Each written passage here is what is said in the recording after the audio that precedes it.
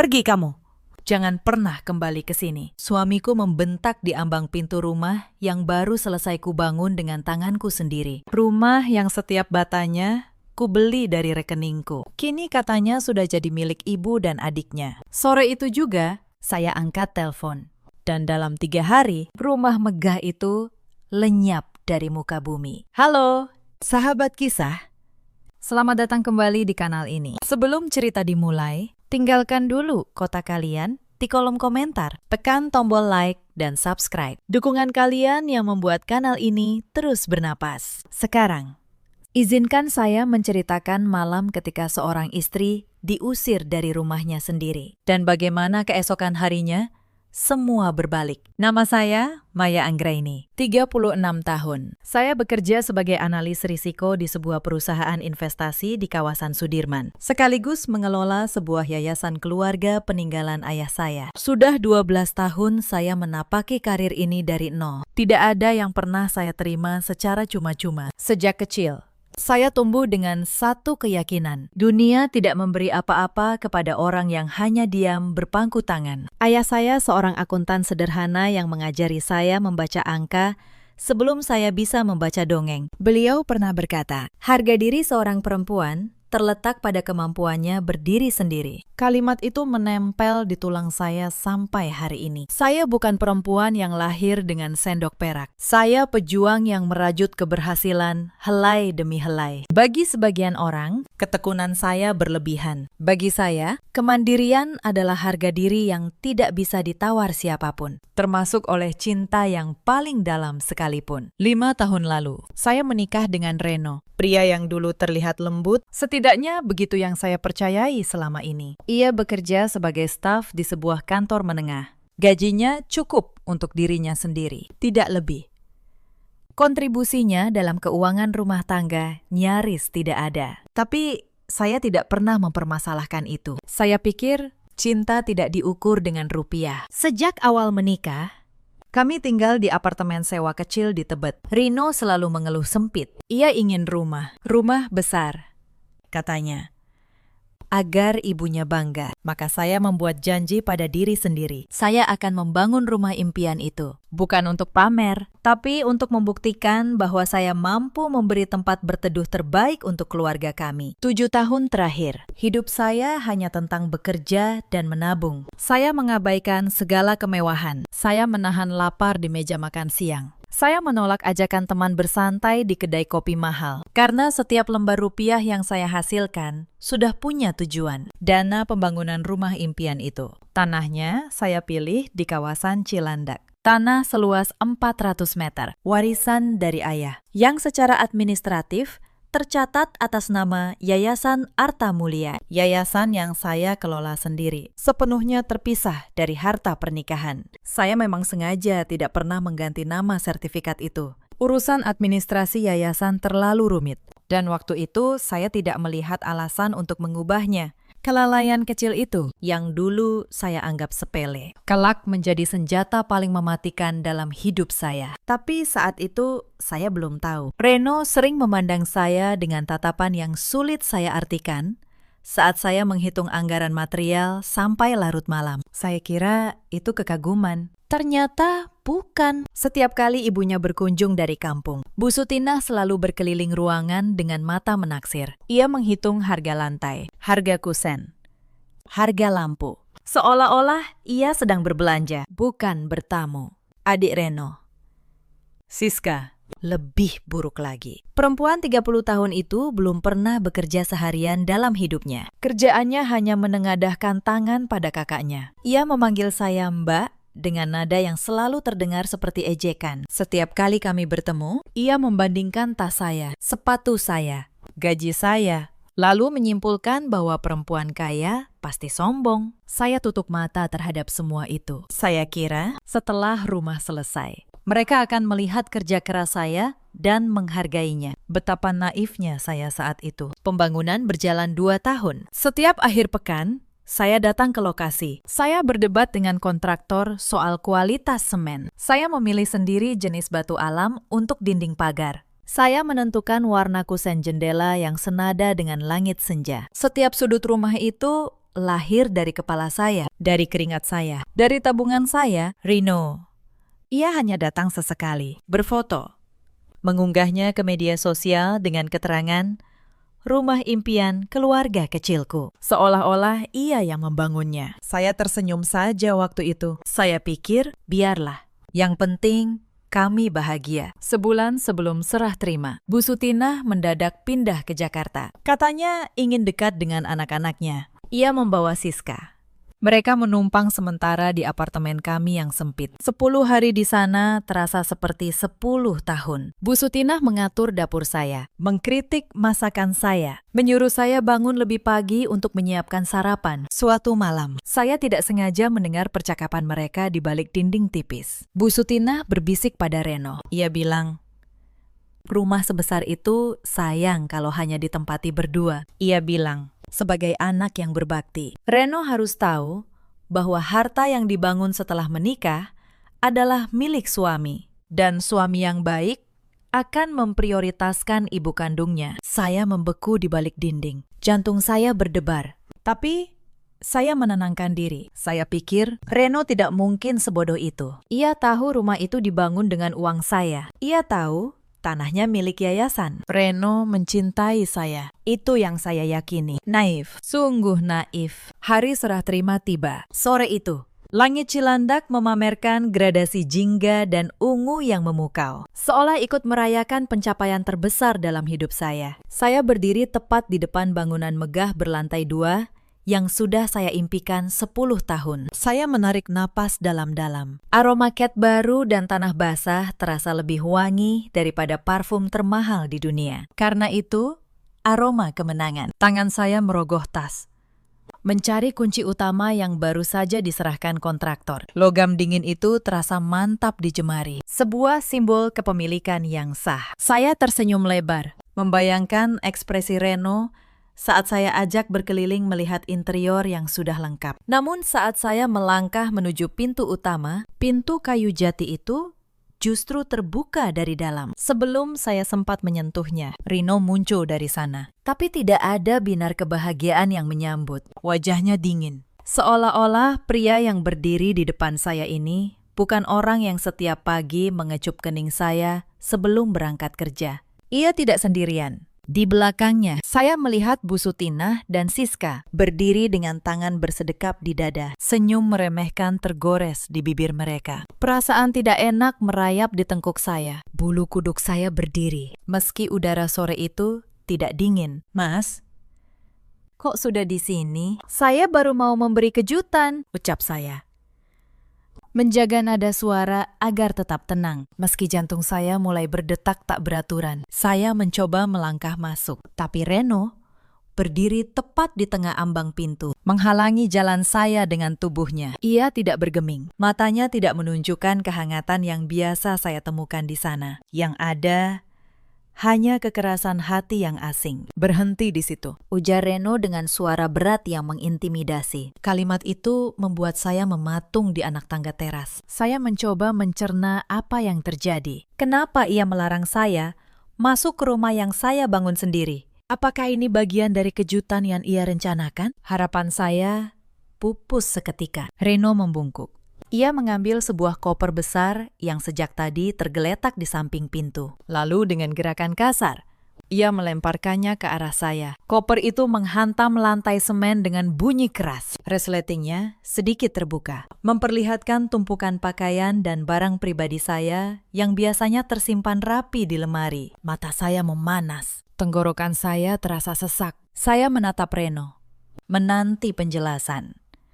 Yang saya dapat justru kalimat yang lebih menghancurkan daripada lemparan koper itu. "Rumah ini sudah selesai. Dan seperti yang kamu lihat, keluargaku sudah nyaman di sini," kata Reno tanpa beban sedikit pun. Ia melirik ke arah ibunya. Bu Sutinah melangkah maju dengan senyum kemenangan yang menyakitkan. "Sebagai menantu, kamu harus tahu diri, Maya," ucap Bu Sutinah dengan nada sombong. Harta yang dibangun setelah menikah itu milik suami. Reno sudah memutuskan memberikan rumah ini kepada ibu dan adiknya sebagai bentuk bakti. Saya merasa dunia di bawah kaki saya runtuh. Bagaimana mungkin mereka berpikir begitu? Seluruh uang untuk membeli material rumah ini berasal dari rekening pribadi saya, dari bonus tahunan, dari investasi yang saya kelola sendiri, tanpa campur tangan Reno sama sekali. Saya ingin berteriak, saya ingin mengamuk dan berkata bahwa ini perampokan terang-terangan.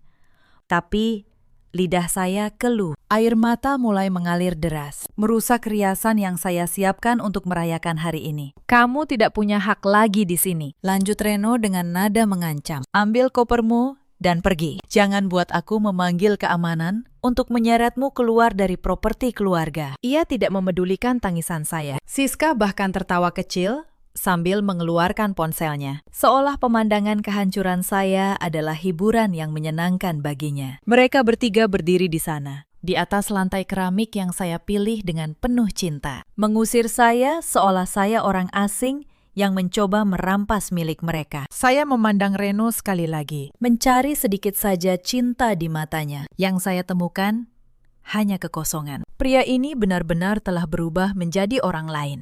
Dengan tangan gemetar, saya meraih pegangan koper. Saya berdiri dengan sisa-sisa kekuatan yang ada. Saya tidak akan memohon. Saya tidak akan bersujud di kaki pria yang tidak menghargai keringat saya. Saat saya membalikkan badan untuk meninggalkan halaman, saya berjanji dalam hati. Mereka akan membayar setiap tetes air mata yang saya jatuhkan sore ini dengan harga yang sangat mahal. Mereka mungkin berpikir telah memenangkan pertempuran, tapi mereka lupa satu hal. Saya adalah arsitek dari segala sesuatu dalam hidup saya, termasuk cara untuk merobohkan apa yang sudah saya bangun. Langkah saya berat saat meninggalkan gerbang hitam itu. Tapi anehnya, setelah beberapa meter, tangisan saya mendadak berhenti. Ada sesuatu yang membeku di dalam dada saya. Sebuah titik dingin yang mengubah kesedihan menjadi kemarahan yang jernih. Saya menyeret koper menuju bangku taman di ujung jalan. Saya duduk di sana, menatap siluet rumah impian saya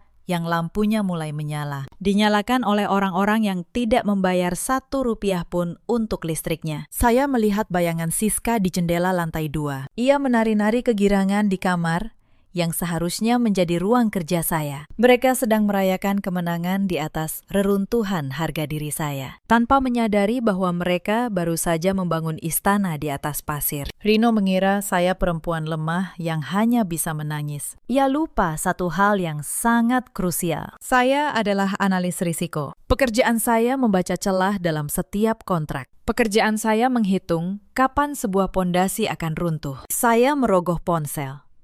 Jemari saya bergerak tenang, meski masih sedikit gemetar. Saya menghubungi Pak Hendra, pengacara sekaligus orang kepercayaan keluarga, yang selama ini membantu mengelola Yayasan Arta Mulia, peninggalan ayah saya. Nada dering itu terdengar seperti musik penyemangat di telinga saya. Ketika suara berat Pak Hendra menyapa, saya menarik napas panjang. Saya menstabilkan suara agar terdengar profesional, meski hati saya masih perih. Pak Hendra, saya ingin melakukan eksekusi aset. Sekarang juga, ucap saya tanpa basa-basi. Saya menjelaskan situasinya secara singkat. Tentang pengusiran sore itu. Tentang klaim sepihak atas bangunan. Pak Hendra terdiam sejenak. Saya bisa mendengar suara lembaran kertas yang dibalik di seberang sana. Ia adalah orang yang tahu betul satu hal yang tidak diketahui Reno dan ibunya. Tanah tempat rumah itu berdiri adalah milik Yayasan Arta Mulia. Yayasan yang saya kelola secara mandiri sebagai harta bawaan. Jauh sebelum saya mengenal Reno. Sertifikatnya tidak pernah berganti nama. Dan rumah yang berdiri di atas tanah yayasan, tanpa kontrak sewa yang sah. Secara hukum dapat dianggap sebagai aset yang melekat pada yayasan. Bu Maya, kata Pak Hendra pelan, selama bukti pembayaran material berasal dari rekening pribadi ibu, dan tanahnya milik yayasan. Posisi hukum suami ibu nyaris nol. Ia bahkan tidak punya pijakan untuk mengklaim ini sebagai harta gonogini. Saya tersenyum tipis. Sebuah senyum yang mengandung dingin. Kelalaian administrasi saya di masa lalu justru menjadi senjata paling mematikan. Rino dan ibunya terjebak dalam delusi. Mereka pikir karena mereka keluarga, maka segala milik saya otomatis menjadi milik mereka. Mereka tidak paham hukum properti. Mereka hanya paham cara merampas. Malam itu, saya tidak mencari hotel mewah. Saya memilih menumpang di apartemen kecil milik Meta, sahabat saya sejak kuliah. Di depan layar laptop yang menyala terang, saya mulai menyusun strategi. Saya tidak akan menuntut mereka di pengadilan yang memakan waktu bertahun-tahun. Itu terlalu lambat. Saya ingin mereka merasakan kehilangan yang instan. Sebagaimana mereka merampas kebahagiaan saya dalam hitungan menit. Saya membuka rekening koran digital. Saya mencetak setiap bukti transfer pembayaran material. Total biaya pembangunan rumah itu mencapai angka 3 miliar rupiah.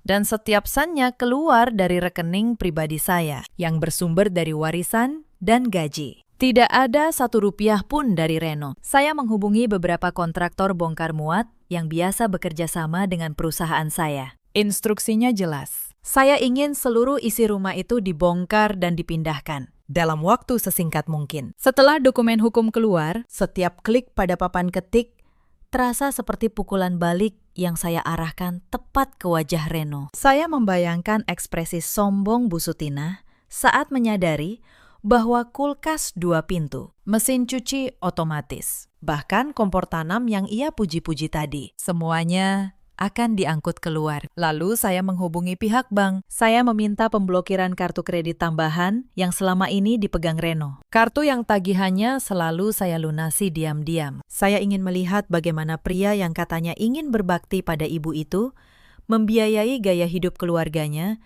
tanpa aliran dana dari saya. Selama ini, saya terlalu baik, terlalu murah hati, sampai mereka lupa bahwa tangan yang memberi ini juga punya kekuatan untuk menutup keran ekonomi mereka. Pukul 2 dini hari, saya masih terjaga. Menatap dokumen digital yang menunjukkan rincian biaya pembangunan. Di mata hukum, Reno tidak punya pijakan sama sekali. Saya mematikan laptop dengan perasaan puas yang dingin. Rasa sakit di hati saya memang belum hilang. Namun keinginan melihat kehancuran mereka jauh lebih besar. Keesokan paginya, saya bangun dengan energi yang luar biasa. Tidak ada lagi air mata yang cengeng. Saya mengenakan setelan kantor paling tajam. Saya memulas bibir dengan warna merah yang berani. Lalu berangkat menemui Pak Hendra untuk menandatangani dokumen. Secara teknis, saya menjual seluruh komponen rumah itu. Mulai dari kusen, keramik, hingga sanitary, kepada sebuah perusahaan manajemen aset pihak ketiga, yang sebenarnya merupakan anak usaha di bawah naungan yayasan saya sendiri. Jadi, jika Reno mencoba menghalangi, ia bukan berurusan dengan saya, melainkan dengan tim hukum korporasi yang jauh lebih kuat. Saya ingin melihat bagaimana ia menjelaskan kepada tetangga saat rumah megah itu perlahan dipreteli di depan mata mereka. Sekitar pukul 10 pagi, ponsel saya bergetar hebat. Nama Reno muncul di layar. Saya biarkan berdering sampai 10 kali. Baru saya angkat. Reno langsung membentak. Ia bertanya kenapa kartu kreditnya ditolak saat ingin membeli sarapan mewah untuk ibunya. Ia juga mengeluh ada beberapa orang asing yang datang ke rumah membawa alat ukur dengan sikap tidak sopan padanya. Saya hanya tertawa. Sebuah tawa yang membuat Reno terdiam sejenak. Bingung? Itu baru permulaan. Mas, ucap saya dengan nada dingin. Nikmati sarapanmu dengan uang tunai yang tersisa. Kalau masih ada, saya memberitahu bahwa rumah itu kini bukan urusan saya lagi, karena saya sudah menjualnya. Reno tertawa mengejek. Ia menganggap saya membual. Ia bilang, saya tidak mungkin bisa menjual rumah itu tanpa tanda tangannya. Disitulah ia salah besar. Ia lupa bahwa dia hanyalah penumpang di kapal yang saya bangun sendiri. Saya mematikan telepon tepat saat Pak Hendra masuk ruangan dengan map merah di tangannya, menandakan surat perintah pengosongan material sudah siap. Tapi Reno tidak akan menyerah semudah itu. Ia mengirim pesan bertubi-tubi, mengancam akan melaporkan saya ke polisi atas pencurian. Saya hanya membalas satu kalimat, silahkan. Saya kirim alamat kantor polisi terdekat, lengkap dengan nomor Pak Hendra sebagai kuasa hukum saya. Ia tidak membalas lagi setelah itu. Siang itu, matahari membakar aspal dengan amarah yang sama besar dengan yang membara di dada saya. Saya duduk di dalam mobil yang terparkir tak jauh dari gerbang, mengamati dari balik kaca film yang gelap. 2 truk besar dengan logo perusahaan jasa bongkar Muat berhenti tepat di depan pagar hitam. 5 pria berbadan tegap turun. Dipimpin seorang mandor yang membawa map berisi surat perintah resmi dari lembaga aset. Saya melihat Reno keluar dengan kaos oblong. Wajahnya berang sekaligus bingung melihat kerumunan di depan rumahnya. Ia berteriak. Tangannya menunjuk-nunjuk ke arah pagar, mencoba mengusir para pekerja, seolah-olah ia pemilik sah atas tanah itu. Namun mandor itu dengan tenang menyerahkan salinan dokumen hukum. Reno membacanya dengan tangan gemetar. Wajahnya perlahan memucat. Ia tidak mengerti istilah hukum yang tertera, tapi ia paham satu hal. Stempel notaris di pojok kertas itu nyata. Bu Sutinah keluar menyusul. Ia menjerit. Menyuruh para pekerja angkat kaki. Ia berkata bahwa ini rumah anaknya. Mandor itu hanya menunjuk satu baris di dokumen. Nama pemilik tanah, Yayasan Arta Mulia. Bukan nama Reno, bukan nama Bu Sutinah. Mereka tidak punya kontrak sewa, tidak punya bukti pembayaran, tidak punya apa-apa selain keyakinan keliru bahwa pernikahan otomatis memberi mereka hak atas segalanya. Para pekerja mulai bekerja. Mereka melepas pintu kayu jati dari engselnya. Mereka mencabut lampu gantung kristal di ruang tamu. Mereka mengangkut kulkas, mesin cuci, dan lemari pendingin satu persatu. Isi rumah itu keluar, dimuat ke dalam truk dengan tertib. Sesuai surat perintah yang sah. Bu Sutinah berlari mengejar sofa yang sedang diangkat. Ia memeluknya, berteriak bahwa itu miliknya. Salah satu pekerja dengan sopan menunjukkan label inventaris. Setiap barang di rumah itu tercatat sebagai aset yayasan. Dibeli dengan dana yayasan. Bu Sutinah terduduk di lantai, kehilangan kata-kata. Siska, yang kemarin menertawakan saya, kini berdiri di teras dengan wajah pucat. Ponselnya yang kemarin merekam kehancuran saya, kini tergeletak di lantai. Tidak ada lagi yang ia rekam, karena hari ini kehancuran itu adalah milik mereka. Saya tetap duduk di dalam mobil, mengamati. Tidak ada kepuasan yang meledak-ledak, hanya rasa tenang yang dingin. Seperti seorang dokter bedah yang baru saja mengangkat tumor dari tubuh pasien. Menyakitkan, tapi perlu. Sore harinya, rumah itu sudah setengah kosong. Yang tersisa hanya dinding dan lantai. Reno duduk di anak tangga teras. Kepalanya tertunduk. Pria yang kemarin begitu angkuh, kini terlihat sangat kecil. Tapi saya belum selesai. Komponen bangunan juga ikut dalam daftar. Keesokan harinya, tim datang lagi. Kali ini untuk membongkar keramik lantai, mencabut kusen jendela, melepas kanopi. Rumah megah itu perlahan kembali menjadi rangka beton telanjang. Tepat seperti yang saya rencanakan. Tetangga mulai berkerumun di luar pagar, berbisik-bisik. Mereka yang kemarin menyaksikan Bu Sutinah memamerkan rumah barunya, kini menyaksikan rumah itu dilucuti sampai ke tulang. Bu Sutinah menutup wajahnya, malu.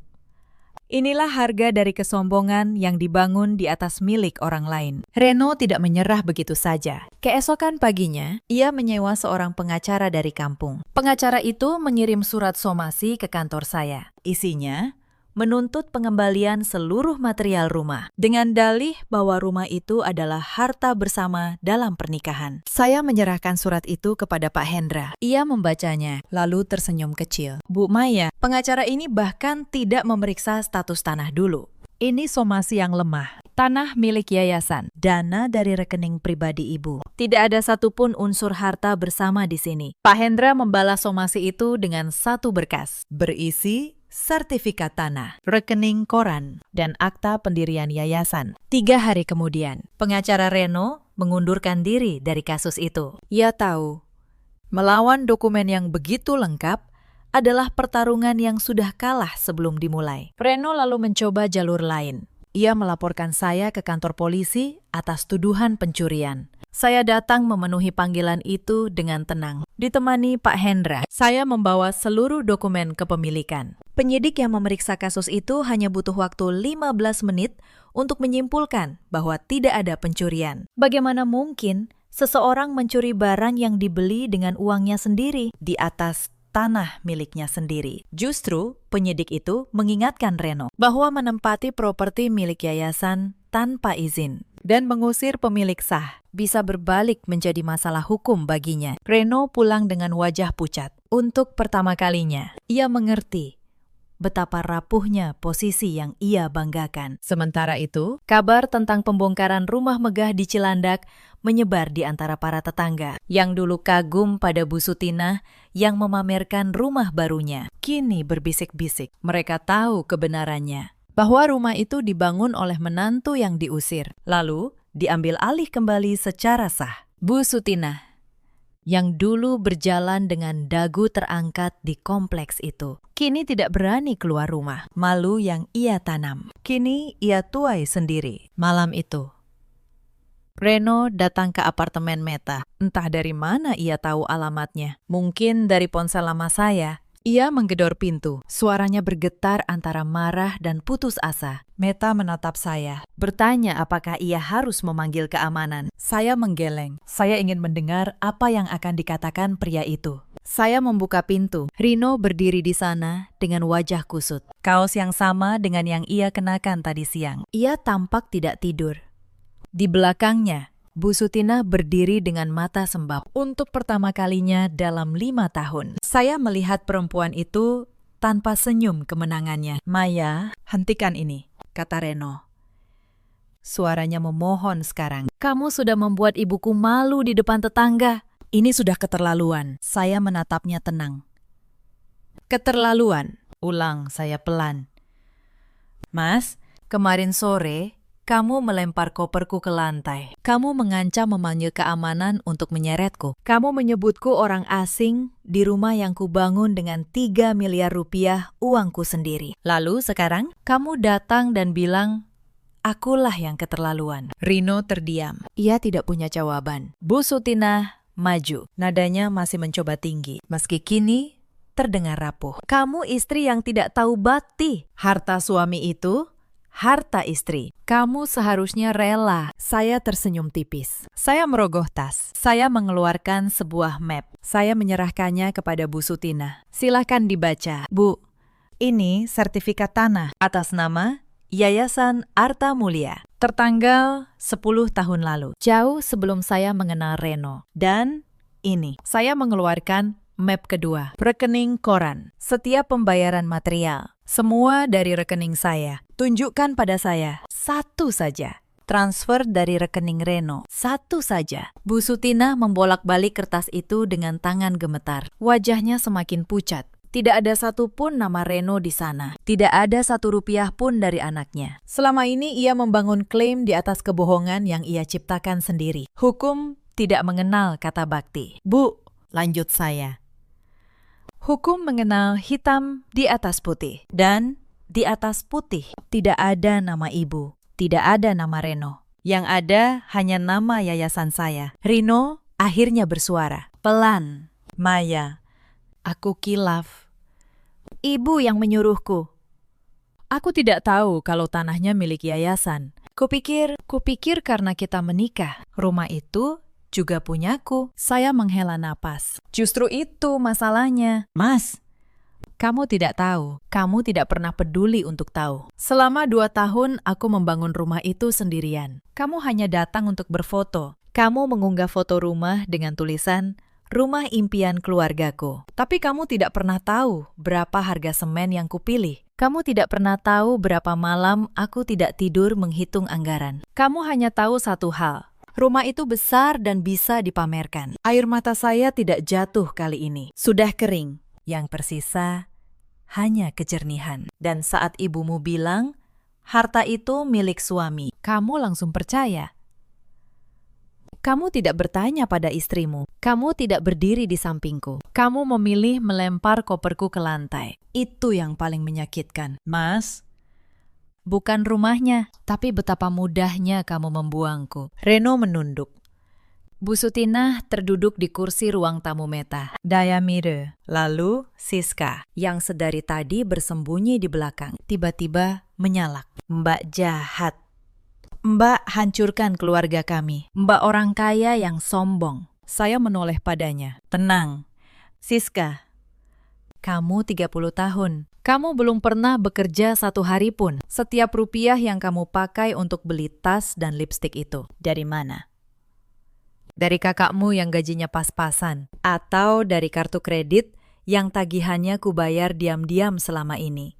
Kartu yang kemarin kublokir. Wajah Siska memerah. Ia tidak menjawab karena ia tahu jawabannya. Kalian bertiga, kata saya, menatap mereka satu persatu. Mengira aku perempuan lemah yang bisa kalian injak. Kalian lupa. Aku yang membiayai hidup kalian selama ini. Aku yang melunasi cicilan motor Reno. Aku yang membayar biaya berobat Bu Sutinah tahun lalu. Aku yang mengirim uang jajan untuk Siska. Aku diam saja karena kupikir itu bentuk cinta. Ternyata kalian menganggapnya kelemahan. Hening. Tidak ada yang membantah.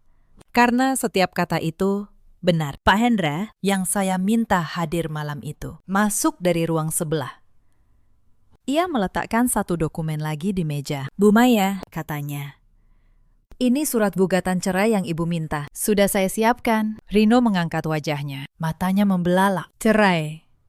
Maya, jangan. Aku bisa berubah.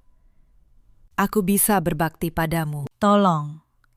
Beri aku kesempatan. Saya menatapnya lama. Dulu. Kalimat itu mungkin akan meluluhkan saya. Tapi tidak lagi. Cinta yang dibangun di atas pondasi yang begitu mudah runtuh. Bukanlah cinta yang layak diperjuangkan. Mas, kata saya pelan. Kemarin, saat aku berdiri di depan pintu rumah kita, aku hanya minta satu hal. Aku ingin kamu berdiri di sampingku. Melawan ibumu kalau perlu. Itu saja. Tapi kamu memilih melempar koperku. Sekarang kamu minta kesempatan kedua. Sayangnya, kesempatan itu sudah kamu buang sendiri ke lantai semen. Bersama koperku. Saya menandatangani surat itu. Tangan saya tidak gemetar. Mereka pergi malam itu dengan tangan kosong. Sama seperti saat mereka mengusir saya. Bedanya, saya pergi dengan rencana. Mereka pergi tanpa apa-apa. Tapi cerita tidak selesai di situ. 3 hari kemudian, Bu Sutinah memainkan kartu terakhirnya. Ia datang ke kantor saya. Tanpa janji, ia duduk di ruang tunggu selama 2 jam, menunggu saya selesai rapat. Ketika saya keluar, ia berdiri dengan wajah yang sudah berbeda. Tidak ada lagi kesombongan. Yang ada hanya seorang perempuan tua yang ketakutan. Maya, katanya. Suaranya serak. Ibu minta maaf. Ibu salah. Ibu cuma takut Reno melupakan ibunya setelah punya istri kaya. Ibu takut tidak punya tempat di hati anak ibu sendiri. Karena itu, ibu mendorongnya mengambil rumah itu, supaya ibu merasa dibutuhkan. Saya menatapnya. Untuk pertama kalinya, saya melihat ketakutan di balik kesombongan itu. Ketakutan seorang ibu yang merasa tergantikan. Saya tidak membenarkan perbuatannya, tapi saya mulai memahami akarnya. Bu, kata saya tidak pernah berniat mengambil Reno dari ibu. Saya membangun rumah itu justru agar ibu punya tempat tinggal yang layak di hari tua. Kamar di lantai bawah, yang kuberi jendela besar menghadap taman. Itu kurancang untuk ibu, supaya ibu bisa berjemur pagi tanpa harus naik tangga. Saya pikir kalau ibu nyaman, ibu akan menerima saya sebagai bagian dari keluarga. Bu Sutinah terdiam. Air matanya jatuh. Ibu tidak tahu itu, bisiknya. Karena ibu tidak pernah bertanya, jawab saya pelan. Ibu hanya melihat saya sebagai ancaman, bukan sebagai menantu. Saya tidak mencabut gugatan cerai, tapi saya membuat satu keputusan. Saya tetap akan membayar biaya hidup Bu Sutinah. Bukan karena kewajiban, bukan karena ia ibu Reno, tapi karena saya tidak ingin menjadi orang yang membiarkan perempuan tua kelaparan demi membuktikan kemenangan. Kemarahan saya bukan tentang menghancurkan orang. Kemarahan saya tentang menegakkan keadilan. Saya memberinya sebuah amplop. Di dalamnya, alamat sebuah rumah kontrakan sederhana di Depok. Sudah saya bayar sewanya untuk setahun. Ibu tinggal di sana. Layak. Bersih. Dekat masjid. Tapi ini terpisah dari Reno. Ibu harus belajar berdiri tanpa menggantungkan diri pada rasa takut. Sama seperti saya dulu belajar berdiri tanpa siapapun. Bu Sutinah menggenggam amplop itu. Tangannya gemetar. Kenapa kamu masih mau menolong ibu setelah semua yang ibu lakukan? Saya tersenyum. Karena saya tidak mau menjadi seperti kalian. Bu, saya tidak mau membalas kekejaman dengan kekejaman. Saya hanya ingin keadilan. Dan keadilan tidak harus kejam. Ia pergi dengan kepala tertunduk. Tapi kali ini bukan karena malu, melainkan karena sesuatu yang lama hilang dari dirinya. Rasa malu yang sehat, penyesalan yang tulus. Rino mencoba menghubungi saya berkali-kali setelah itu. Pesan-pesan panjang, permintaan maaf, janji untuk berubah. Saya membacanya semua, tapi saya tidak membalas. Bukan karena dendam, tapi karena saya tahu sebuah pondasi yang sudah retak tidak bisa diperbaiki hanya dengan permintaan maaf. Ia butuh dibangun ulang dari nol. Dan saya tidak punya tenaga lagi untuk membangun dua hal sekaligus. Hidup saya dan kepercayaan pada pria yang membuangnya begitu mudah. Saya memilih hidup saya. Bulan-bulan berikutnya berjalan cepat. Proses perceraian selesai tanpa banyak pertarungan, karena tidak ada yang bisa diperebutkan Reno. Tanah milik yayasan, uang dari rekening saya. Bahkan motor yang ia kendarai pun cicilannya atas nama saya. Pengadilan tidak butuh waktu lama untuk memutuskan. Saya tidak membangun ulang rumah di Cilandak. Tanah itu saya kembalikan sepenuhnya ke yayasan. Lalu saya mengubahnya menjadi sesuatu yang lebih bermakna. Sebuah rumah singgah untuk perempuan-perempuan yang melarikan diri dari rumah tangga yang menghancurkan mereka. Perempuan yang diusir, dipukul, dibuang.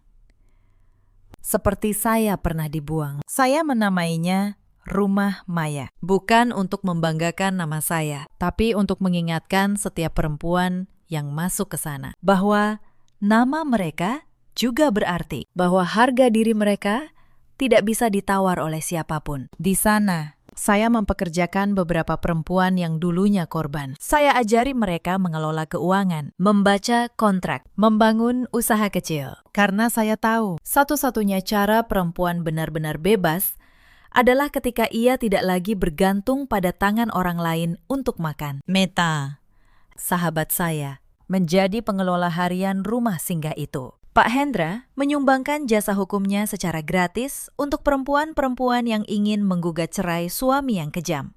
Yayasan kecil peninggalan ayah saya, yang dulu hanya mengelola tanah, kini menjadi tempat lahirnya keberanian. Setahun setelah pengusiran itu, saya berdiri di halaman Rumah Maya, di tempat yang dulunya menjadi medan penghinaan saya. Sekarang penuh dengan tawa anak-anak. Perempuan-perempuan yang dulu hancur, kini menjahit, memasak, belajar, tertawa. Bangunan yang dulu menjadi simbol pengkhianatan, kini menjadi simbol kelahiran kembali. Saya mendapat kabar tentang Reno dari seorang kenalan. Ia kehilangan pekerjaannya beberapa bulan setelah perceraian. Tanpa subsidi diam-diam dari saya. Gaya hidup yang ia jaga di depan ibunya runtuh.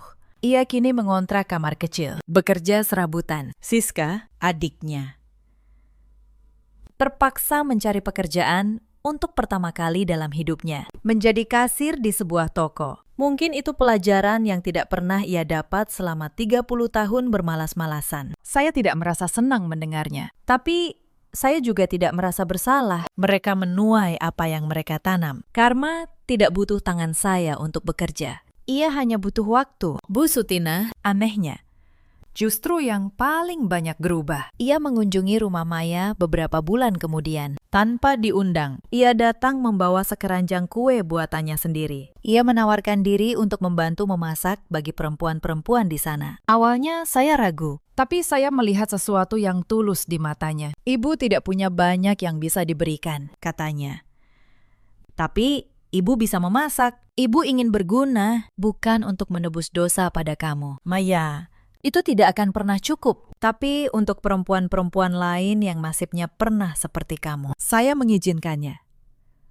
Bukan karena saya sudah sepenuhnya memaafkan. Pemaafan bukan sesuatu yang instan, tapi karena saya percaya manusia berhak pada kesempatan untuk menjadi lebih baik. Asalkan ia membuktikannya dengan perbuatan, bukan sekedar air mata. Bu Sutina datang setiap pekan setelah itu, memasak, mendengarkan cerita perempuan-perempuan yang pernah dibuang. Dan suatu hari, saya mendengarnya berkata kepada seorang perempuan muda yang baru saja diusir suaminya, "Nak, harga diri itu tidak bisa ditawar. Jangan pernah menggantungkan hidupmu pada lelaki yang bisa membuangmu kapan saja. Belajarlah berdiri sendiri. Seperti Maya, saya berdiri di balik pintu, mendengarnya. Untuk pertama kalinya dalam hidup saya, perempuan itu menyebut nama saya bukan dengan penghinaan, melainkan dengan rasa hormat. Hidup saya berubah perlahan, tapi pasti. Di kantor,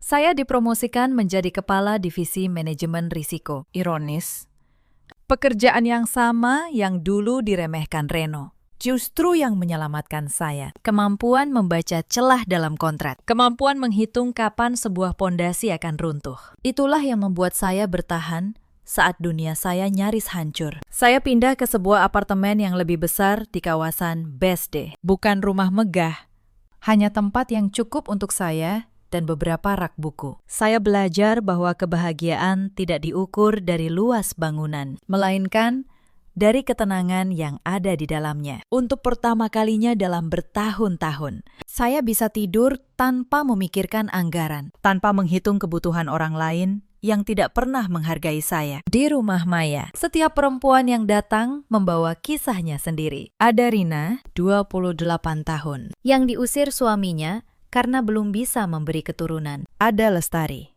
40 tahun, yang seluruh tabungannya dikuras suami untuk perempuan lain. Ada Nurul, baru 22 tahun, yang menikah muda, lalu dijadikan pembantu di rumah mertuanya sendiri. Saya mendengarkan setiap cerita mereka. Dan di setiap cerita itu, saya melihat diri saya yang dulu. Perempuan yang mengira diam adalah kebaikan. Perempuan yang mengira memberi tanpa batas adalah cinta. Perempuan yang lupa bahwa dirinya juga berhak dihargai. Saya ajari mereka satu hal yang paling penting, kemandirian. Saya buka kelas keuangan sederhana di ruang tamu rumah Maya setiap akhir pekan. Saya ajari mereka cara membuka rekening atas nama sendiri, cara menabung, cara membaca surat-surat penting agar tidak mudah ditipu, cara mengenali tanda-tanda hubungan yang menghancurkan sebelum terlambat. Rina, yang dulu datang dengan mata kosong, kini membuka usaha catering kecil. Pesanannya sudah sampai ke kantor-kantor di Sudirman. Lestari kembali kuliah,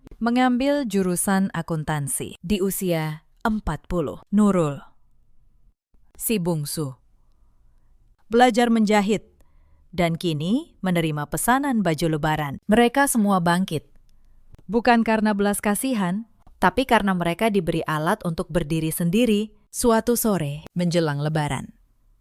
Rumah Maya mengadakan acara kecil, buka puasa bersama. Perempuan-perempuan itu memasak opor ayam, rendang, dan ketupat. Anak-anak mereka berlarian di halaman. Bu Sutina sibuk di dapur, mengaduk kuah opor dengan tangan yang sudah terbiasa. Meta mengatur meja panjang. Pak Hendra datang membawa parsel untuk anak-anak. Saya berdiri di sudut halaman, mengamati semua itu. Di tempat yang dulu menjadi simbol kehancuran saya, kini berdiri sebuah keluarga baru. Bukan keluarga yang diikat oleh darah, melainkan oleh pengalaman yang sama, oleh keberanian yang sama untuk bangkit. Saya teringat sore 1 tahun lalu, saat saya berdiri di tempat yang sama, menatap rumah impian saya yang lampunya dinyalakan orang-orang yang membuang saya. Waktu itu saya berpikir, hidup saya sudah berakhir, bahwa segalanya hancur. Ternyata itu bukan akhir, itu awal. Saya pernah membaca bahwa intan terbentuk dari karbon yang ditekan oleh tekanan luar biasa selama jutaan tahun. Mungkin manusia juga begitu. Mungkin tekanan yang nyaris menghancurkan saya, justru yang membentuk saya menjadi versi yang lebih kuat, lebih bijaksana, lebih utuh. Rino, di suatu titik, mengirim satu pesan terakhir. Bukan permintaan untuk kembali, hanya sebuah pengakuan. Ia menulis bahwa ia menyesal, bahwa ia baru menyadari betapa berharganya saya setelah saya pergi, bahwa ia kini mengerti. Harta terbesar dalam hidupnya bukan rumah megah itu, melainkan istri yang ia lempar kopernya ke lantai semen. Saya membaca pesan itu, lalu saya membalas. Untuk pertama dan terakhir kalinya, saya menulis, "Mas, saya sudah memaafkan, bukan untuk kamu, tapi untuk diri saya sendiri. Karena dendam hanya akan menjadi rantai yang mengikat saya pada masa lalu. Saya memilih bebas. Semoga kamu belajar menghargai siapapun yang berdiri di sampingmu berikutnya, sebelum kamu kehilangan mereka juga. Saya tidak pernah membalas pesannya lagi setelah itu, dan ia tidak pernah mengirim lagi. Kami menutup bab itu dengan damai, tanpa kebencian. Malam itu, setelah acara buka puasa selesai dan semua orang pulang, saya berkeliling rumah Maya untuk memastikan semua pintu terkunci. Saya berhenti di ruang tamu. Di dinding, saya memajang sebuah bingkai kecil. Di dalamnya, bukan foto, melainkan sebuah kunci. Kunci utama rumah Cilandak yang dulu. Kunci yang dulu terasa seperti simbol kepemilikan, lalu menjadi simbol pengkhianatan, dan kini menjadi simbol kebangkitan. Di bawah kunci itu, saya menuliskan satu kalimat. Rumah yang sebenarnya bukan tentang siapa yang namanya tertulis di sertifikat, melainkan tentang siapa yang tetap berdiri tegak saat semuanya runtuh. Saya menyentuh dinding ruangan itu. Dingin, tapi kokoh. Sama seperti diri saya sekarang. Saya berdiri di depan cermin besar di lorong, menatap pantulan diri saya. Saya melihat seorang perempuan yang jauh lebih kuat, lebih bijaksana, dan lebih bahagia. Saya tidak lagi menyesali setiap tetes air mata yang jatuh sore itu. Karena tanpa air mata itu, saya tidak akan pernah menghargai arti ketenangan yang saya miliki sekarang. Saya teringat kembali momen saat saya memerintahkan pembongkaran rumah itu. Sebuah tindakan yang mungkin dianggap gila oleh banyak orang. Menghancurkan rumah yang saya bangun sendiri dengan cinta. Tapi bagi saya, itu adalah operasi bedah yang diperlukan untuk membuang penyakit dalam hidup saya. Jika saya tidak mengambil kendali hari itu, mungkin malam ini saya hanya akan menjadi bayangan yang tinggal di rumah orang lain, yang dianggap tidak berharga di rumahnya sendiri. Saya mengunci pintu utama. Angin malam berembus pelan, tapi di dalam dada saya hanya ada kehangatan yang stabil. Saya tahu, esok pagi saya akan bangun di tempat yang benar-benar layak disebut rumah. Bukan karena megahnya, melainkan karena di sana saya tidak perlu menjadi siapapun selain diri saya sendiri. Cerita ini mengajarkan kita banyak hal, bahwa kebaikan yang diberikan tanpa batas pada orang yang salah bukanlah cinta, melainkan undangan untuk diinjak. Jangan pernah menukar harga diri demi mempertahankan hubungan yang hanya menghargaimu saat kamu berguna. Dan jangan pernah menggantungkan seluruh hidupmu pada tangan yang bisa membuangmu kapan saja. Di luar sana, ada banyak perempuan yang seperti saya dulu. Perempuan yang bekerja keras, memberi segalanya, lalu dibuang, seolah tidak berarti. Mereka mengira diam adalah kebaikan, mengira mengalah adalah cinta. Padahal ada batas antara mengalah dan kehilangan diri sendiri. Ada juga banyak suami seperti Reno, lelaki yang mudah goyah, yang memilih kenyamanan sesaat di atas kesetiaan, yang baru menyadari nilai seseorang setelah kehilangannya. Bagi kalian para suami, ingatlah, perempuan yang berdiri di sampingmu bukan pelayan, bukan pula sumber harta. Ia adalah mitra yang memilih untuk tetap tinggal, sampai kamu memberinya alasan untuk pergi. Ada pula para ibu mertua seperti Bu Sutina, yang didorong oleh ketakutan, tergantikan, yang mengira merebut adalah cara mempertahankan kasih sayang anaknya. Padahal cinta yang dipaksakan hanya akan melahirkan kebencian. Kepada para ibu, menantu bukanlah ancaman. Ia adalah anak baru yang juga butuh diterima. Dan untuk perempuan-perempuan di luar sana yang sedang berada di posisi saya dulu, yang sedang menangis di bangku taman, menatap rumah yang merampas mimpi kalian, dengarkan saya. Air mata kalian bukan akhir, itu titik balik. Bangkitlah. Pelajari hak kalian, bangun kemandirian kalian, karena satu-satunya orang yang tidak akan pernah membuang kalian adalah diri kalian sendiri. Dalam hidup, kita selalu punya pilihan. Kita bisa memilih menjadi korban selamanya, atau bangkit menjadi arsitek nasib kita sendiri. Saya memilih yang kedua, dan saya tidak pernah menyesalinya. Bagaimana dengan kalian? Pernahkah kalian berada di posisi yang sama? Ceritakan kisah kalian di kolom komentar. Mari kita saling menguatkan. Terima kasih sudah menemani saya sampai akhir cerita ini. Sampai jumpa di kisah berikutnya.